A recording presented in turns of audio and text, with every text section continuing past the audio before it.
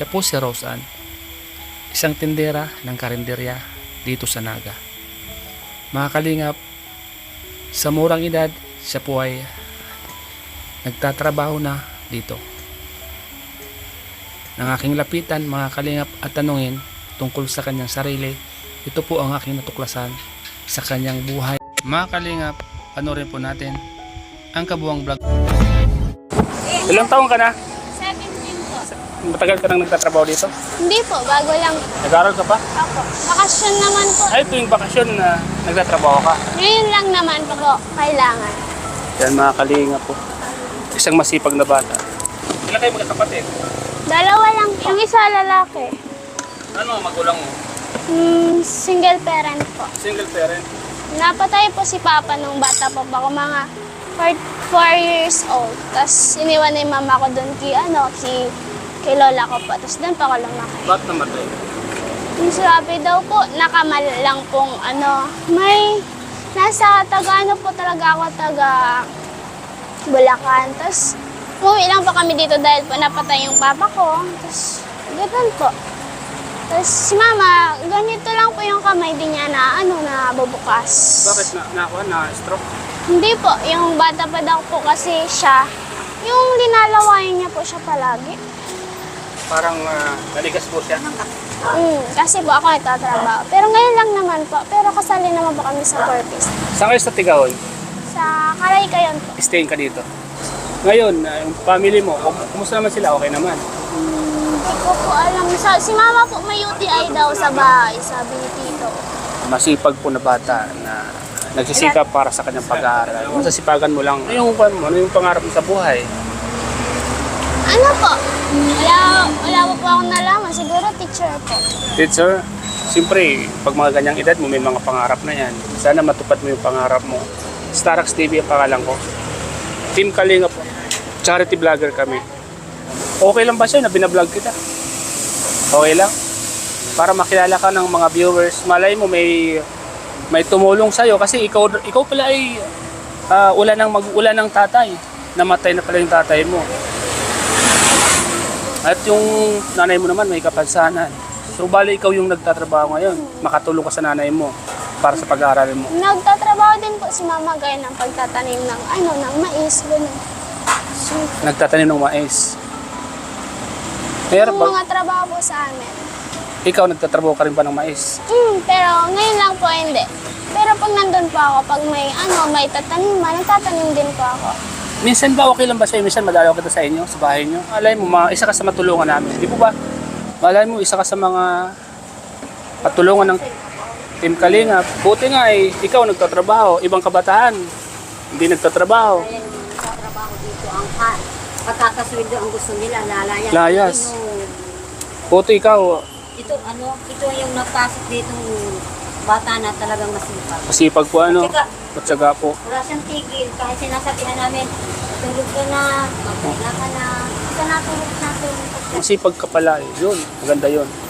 Halimbawa, may makakapanood sa atin. Ano yung hiling mo? Kung sakali lang na may makakapanood sa atin at mahabag sa kwento ng buhay mo. Diba? Maliban sa pagtatanim ng mais, ano pa yung mga ginagawa nyo sa inyo? Tapos minsan po mabalat na mais. Doon po yun ang mga trabaho sa amin. Ikaw nagbabalat ka rin ng mais. Magkano yung balat sa inyo? No? Ang isang sako po, 25. 25? Ang baba nga po eh. Pero okay na yun. At least po, nakakakuha ang pagkain. Tsagaan lang. May tumulong sa atin, di ba? Ano ba akong kwentuhan ng pamumuhay nyo sa inyo? Ano yung mga ginagawa mo?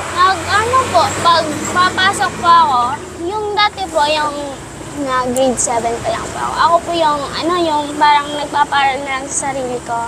Kasi po pag Sabado or Domingo, naglalaba po ako sa kapitbahay namin. Tapos binibigyan naman po ako mga 200.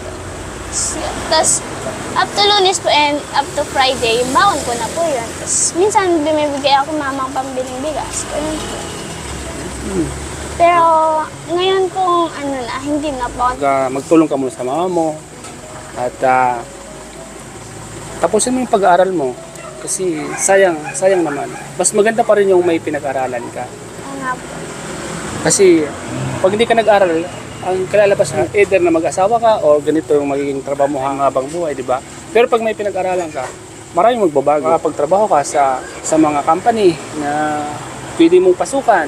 Kung ang pangarap mo teacher, makakapag-teacher ka sa iba-ibang eskwelahan kung saan mo gusto, di ba? Saan ka natutulog? Diyan ka natutulog? Hindi po doon. Doon kayo? Katabi ko po. Natutulog pa ako pag umaga na. Pag gabi kasi po trabaho ko eh. Trabaho. Hanggang anong oras ang trabaho mo dito? Mga 5, pwede mga 4 po. Pag gising na po sila, pwede na din lang matulog. Ay, ganun. Madaling araw ka natutulog. Opo. Okay naman sa'yo yun. Grabe ano? Napaka-sipag mo. Anong pangarap mo sa pamilya mo? Ano po, yung mabigyan ko sama ang magandang buhay. Ganun lang po.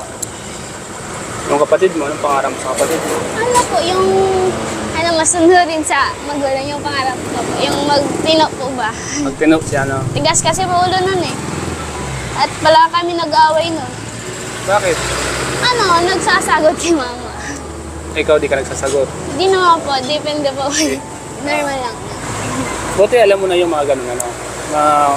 Sa tingin ko kasi parang malawak na yung isip mo. Ilang, 16 ka pa lang, di ba? 17. 18? Hindi po. 16 po. At least, itong hanap buhay mo dito, madali lang. Magaan lang, di ba? Okay lang ba? Na-vlog kita. Okay lang sa'yo. Wala bang magagalit? Wala naman Wala po. Sino naman. naman po magagalit? Mama mo, pag nakita ka, di ba? Okay naman. Hindi naman. Kasi itong vlog ko na to ay mapapanood to ng mga... Marami ang makakapanood nito. Magkano naman yung pan mo dito? Ang kita mo sa isang araw. 166 yata. 166.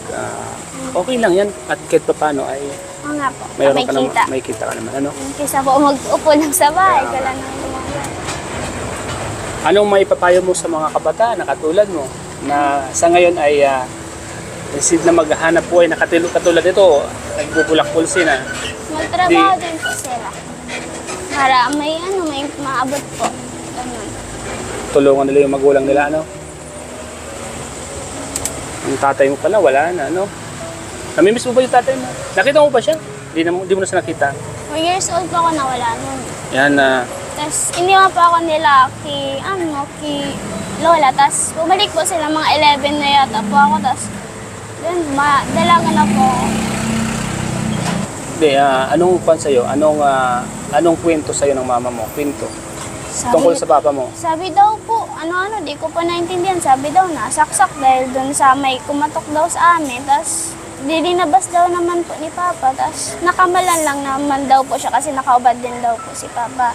May nagabulan para po nagsasaksakan. Tapos, yun, nakamalan si Papa. Di si Papa po, natalo lang naman daw po yung kaso, sabi ni Mama.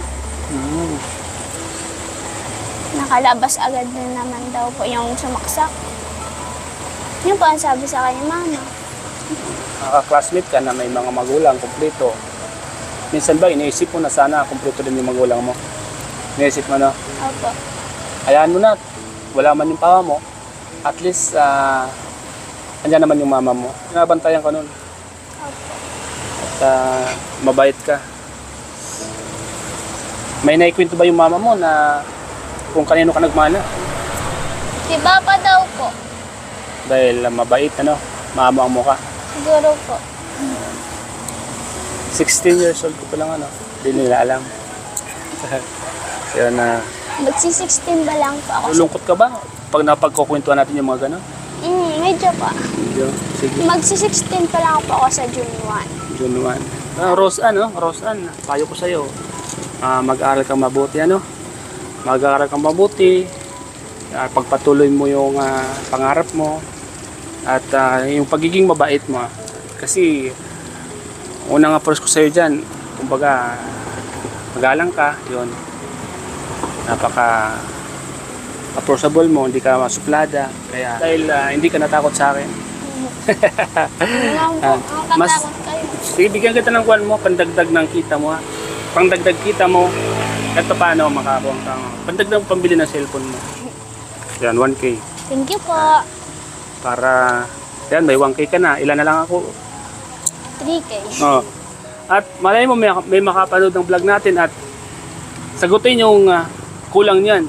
So yan mga kalingap, sa mga nakakapanood po ng vlog namin ni Roseanne. Siya po ay napakabait at may pangarap sa buhay. Simple naman po ang pangarap niya, ang makatulong sa kanyang pamilya, sa nanay niya, kapatid niya, mapaganda ang buhay.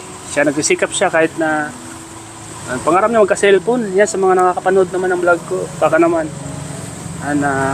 dagdagan natin yung pambili ng cellphone. Salamat Roseanne ha. Nay, salamat po. Bye-bye po. Salamat po sa inyo ha. Salamat Roseanne. Sige. Kaya mga kalingap, ito po sa Roseanne na i-vlog po natin dito.